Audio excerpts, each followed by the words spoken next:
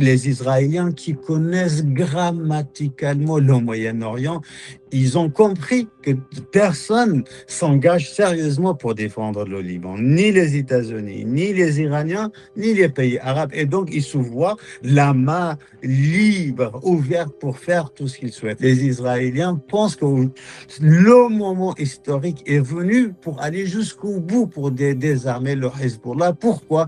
Parce que l'État libanais n'a jamais été aussi fragile et fragilisé, parce que l'État libanais n'a jamais été aussi abandonné par la communauté internationale, mais aussi parce que le Hezbollah, qui a été frappé lourdement après les événements du 7 octobre de 2023, est devenu tellement fragile. Le moment est venu pour aller jusqu'au bout. Seulement, jusqu'au bout, malheureusement, n'est pas défini par Israël. L'État hébreu intensifie son offensive terrestre avec pour but d'avoir une zone de sécurité avancée en arguant que celle-ci permet de protéger les communautés du nord d'Israël. Cette zone de sécurité se trouve ici, dans le sud du Liban, délimitée par une ligne jaune. Elle correspond à 6% du territoire libanais occupé par Tsahal. Cette stratégie ne peut pas tenir, parce que vous prenez 1 kilomètre, 10 kilomètres, 50 kilomètres, même 100 kilomètres. Regardez, la République islamique d'Iran est à des milliers de kilomètres d'Israël. Mais les drones iraniens et les missiles balistiques intelligents iraniens arrivent jusqu'au cœur d'Israël. Ces Iraniens sont totalement disposés à fournir les infrastructures militaires au Hezbollah pour qu'il attaque à partir du sud de Beyrouth l'ensemble du territoire. Donc, c'est une mauvaise stratégie. Déjà, militairement, ça ne tient pas en termes de sécurité. Deux, nous n'avons pas le droit, en termes de droit international, occuper un pays souverain. Certes, il y a une menace très, très sérieuse, mais c'est vrai aussi, cette menace doit être traitée dans le cadre permis par le droit international.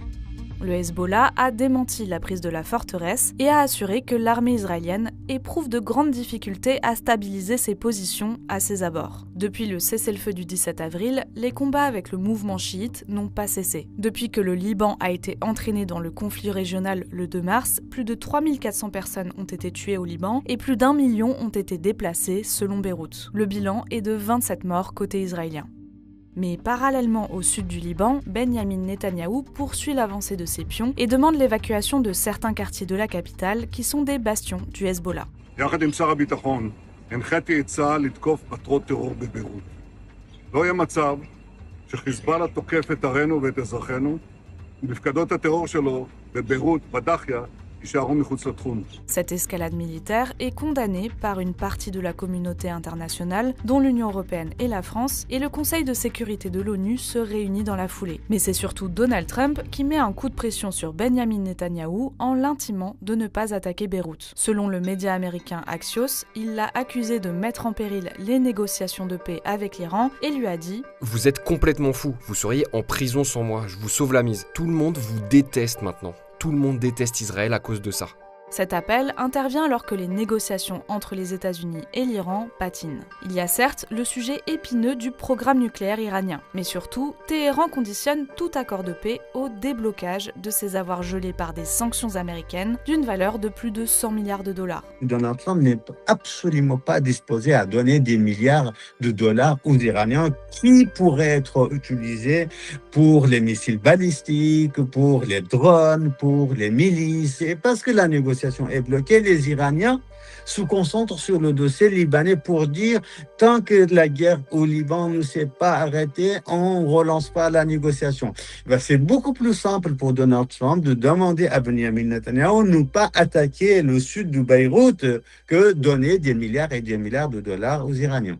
Cette intervention du président des États-Unis fragilise Benyamin Netanyahou au sein de sa coalition gouvernementale, comme le rapporte Le Monde. Le ministre de la Sécurité nationale et dirigeant d'extrême droite Itamar Ben-Gvir a par exemple averti que « C'est le moment de dire à notre ami le président Trump non ».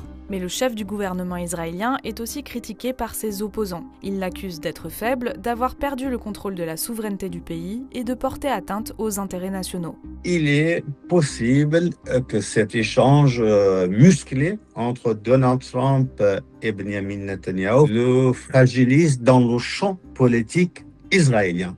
Mais est-ce que cela va impacter les opérations en cours contre le Hezbollah? Je pense que cela est peu probable parce qu'il y a quand même un consensus israélien de droite et de gauche, de l'extrême gauche à l'extrême droite, autour de ces opérations en cours. Des échanges de tirs ont encore eu lieu entre le Hezbollah et Israël dans le sud du Liban ce 2 juin, alors que s'ouvrent le même jour des négociations entre émissaires libanais et israéliens à Washington.